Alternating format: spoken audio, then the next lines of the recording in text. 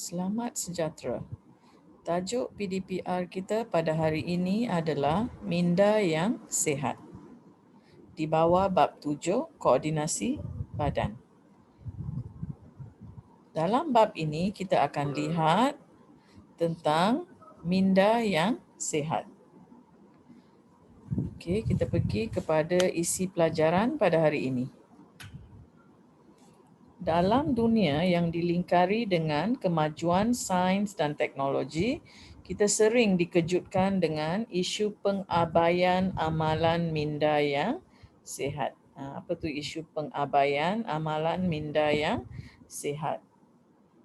Apakah yang akan berlaku jika kita mengabaikan amalan minda yang sihat? Okey, jawapan mudah. Apa dia? Tidak boleh membuat keputusan yang waras. Kita akan mengambil keputusan yang memudaratkan diri kita, keluarga kita, masyarakat. Kita akan mencederakan orang lain. Contohnya macam mana? Apa isu pengabaian minda yang sering kita dengar dalam surat khabar, dalam media massa sekarang ni?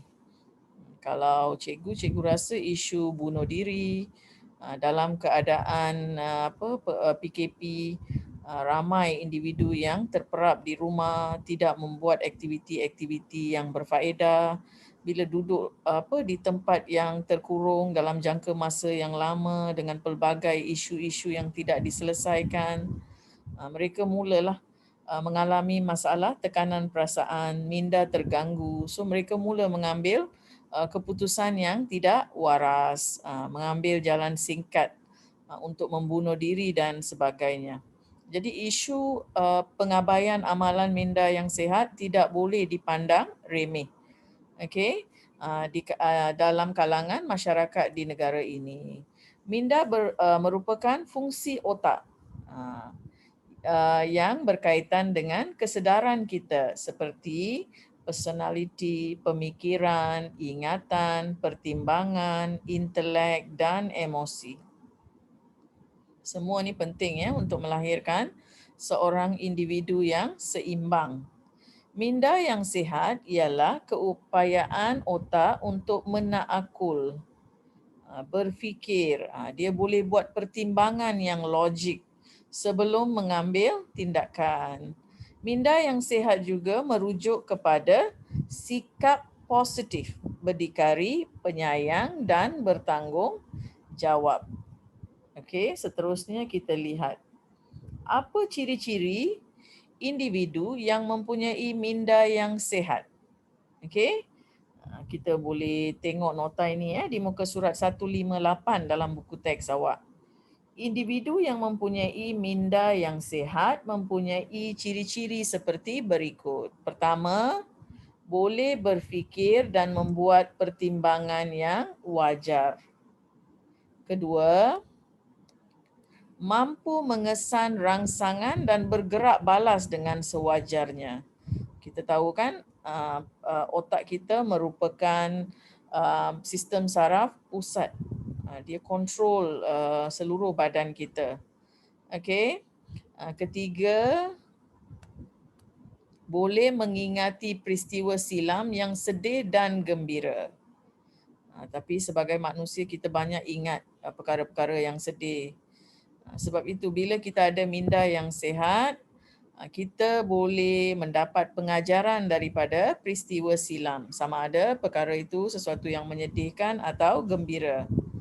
Nombor 4, sanggup menerima cabaran. Bila ada masalah, kita sanggup terima cabaran. Cuba untuk selesaikan masalah. Cuba untuk keluar daripada masalah tersebut. Kelima, mampu membezakan antara yang betul dan salah. Bila awak ada minda yang sihat, awak boleh bezakan mana betul, mana salah. Contohnya sebelum ni, kita belajar tentang penyalahgunaan dadah. Bila ada kawan ajak awak mengambil dadah, mengambil alkohol, awak boleh buat keputusan. Adakah anda perlu ikut apa yang telunjuk rakan anda atau Anda perlu jauhkan diri daripada rakan yang mengajar anda buat perkara yang tidak baik. Penting minda yang sihat untuk membezakan antara yang betul dengan salah, terutamanya bagi remaja. Okey, nombor 6, bertanggungjawab. Okey, orang yang mempunyai minda yang sihat, dia ada rasa tanggungjawab. Contohnya, bila awak diberitahu bahawa awak harus belajar daripada pukul 8 hingga pukul 1 semasa PKP, pelajar yang bertanggungjawab, dia akan bangun awal, bersedia, belajar ikut jadual waktu yang ditetapkan. Okey, nombor 7. Hidup tenteram dan mempunyai pandangan positif terhadap kehidupan. Ada masalah atau tidak, dia pandai, dia boleh fikir, dia sentiasa berfikiran positif. Okey, nombor 8. Bebas daripada prasangka. Anda tidak judgemental. Tidak membuat keputusan melulu. Fikir dulu sebelum membuat sesuatu andaian. Okey, nombor 9. Berfikiran terbuka dan tidak emosional. Okey, maksudnya awak boleh kawal emosi awak.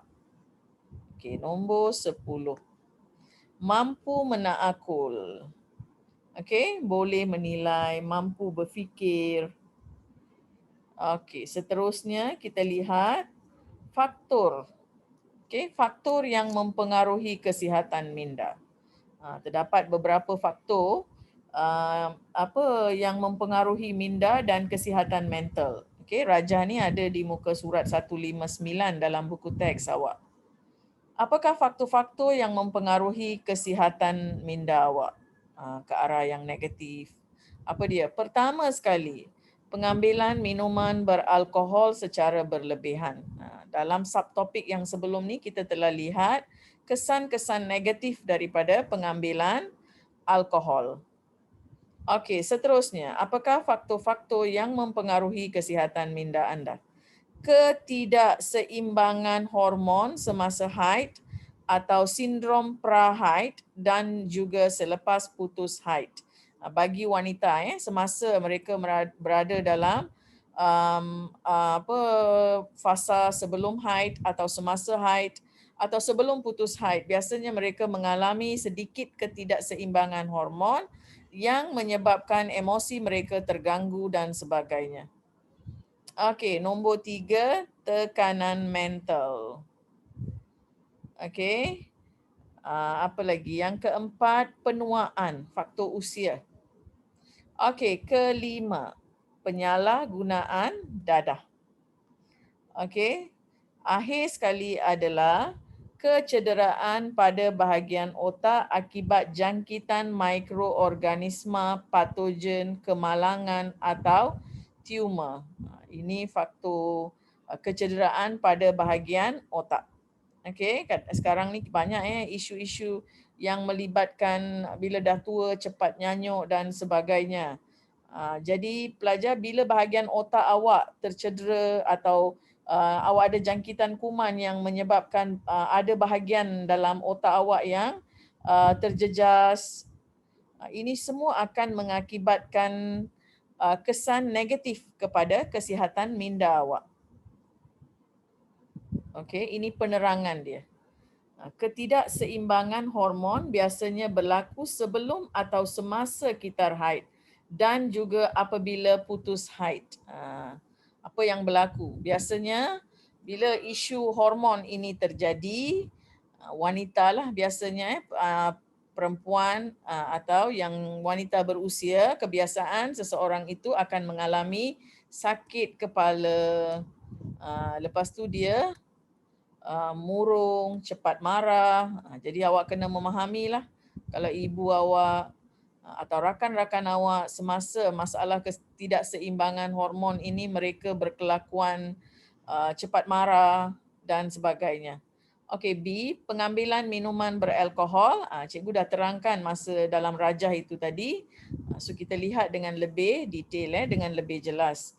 Pengambilan minuman beralkohol secara berlebihan akan menjejaskan keupayaan otak untuk berfikir, mengesan rangsangan, menakul dan mengawal emosi. Macam dalam subtopik yang sebelum ni kita dah lihat bagaimana alkohol mempengaruhi kelakuan seseorang. Di sini lagi detail. Seseorang yang mabuk boleh menjadi agresif dan membahayakan diri sendiri atau orang lain. Okey, C apa? Penyalahgunaan dadah. Ini lebih bahaya daripada alkohol.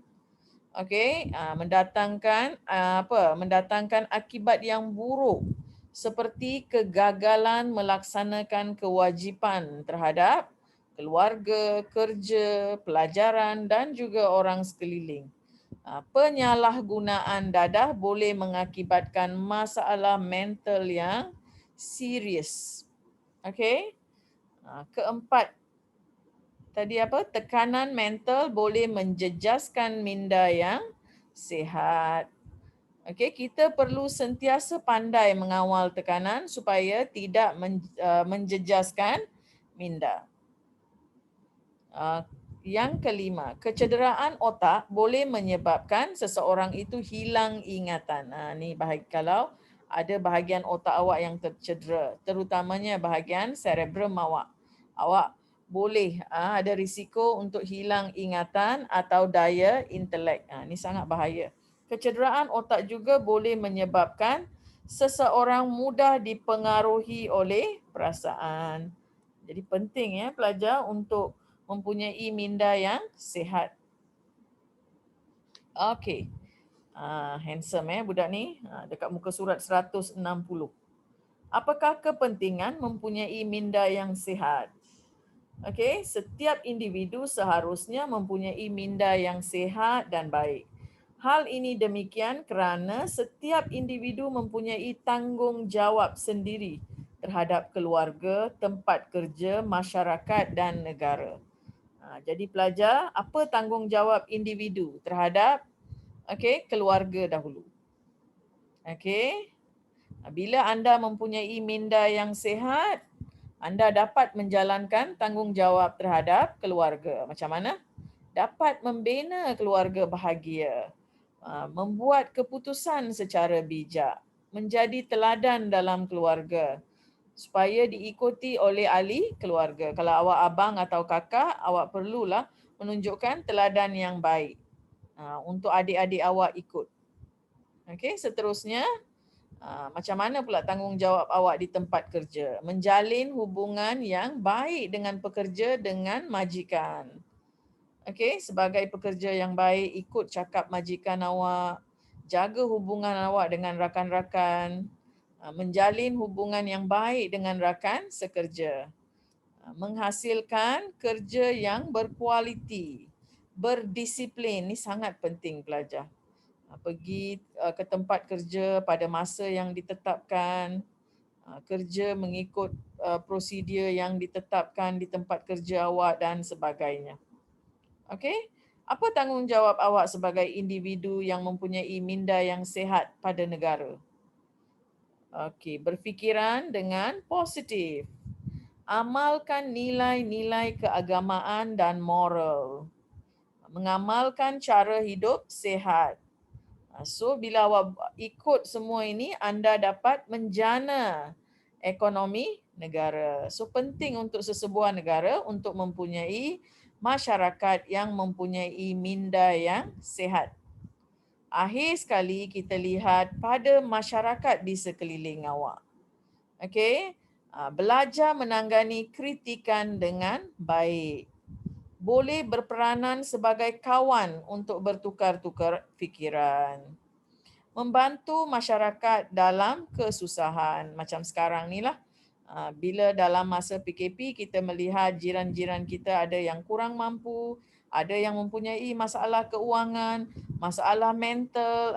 So kita cuba bantu sedaya yang mungkin. Sekiranya anda yang memerlukan bantuan, minta di saluran yang betul, bukan mengambil keputusan yang tidak waras dengan melakukan perkara yang tidak baik seperti melanggar undang-undang dengan mencuri, terlalu tertekan dan mengambil keputusan untuk bunuh diri dan sebagainya. Sebagai masyarakat yang prihatin, kita harus membantu masyarakat yang memerlukan. Kita lihat di sekeliling kita, sekiranya ada yang memerlukan bantuan, cuba sedaya yang mampu. Kalau anda tidak dapat membantu, beritahu mereka saluran-saluran yang dapat membantu mereka dan sebagainya. Kita harus menjadi ahli masyarakat yang sangat bertanggungjawab. Jadi tanggungjawab kita besar terhadap keluarga, tempat kerja, masyarakat dan negara amnya. Okey pelajar. Itu sahaja untuk PDPR pada hari ini. Sebagai mengakhiri PDPR, cuba untuk jawab beberapa soalan yang terdapat di muka surat 161. Pertama sekali pelajar, apakah yang dimaksudkan dengan minda? Okey, apakah yang dimaksudkan dengan minda? Okey pelajar, apa tu minda? Minda ialah apa? Fungsi otak yang berkaitan dengan kesedaran kita, seperti personaliti kita, pemikiran kita, ingatan, pertimbangan, intelek dan emosi. Ada dalam penerangan cikgu tadi. Okey, seterusnya. Senaraikan 5 ciri minda yang sihat dan baik. Apa ciri-ciri minda yang sihat dan baik? Okey, pertama sekali apa? Kita boleh berfikir, membuat pertimbangan yang wajar. Kedua, kita mampu mengesan rangsangan dan bergerak balas dengan sewajarnya. Ketiga, kita boleh mengingati peristiwa silam yang sedih dan gembira.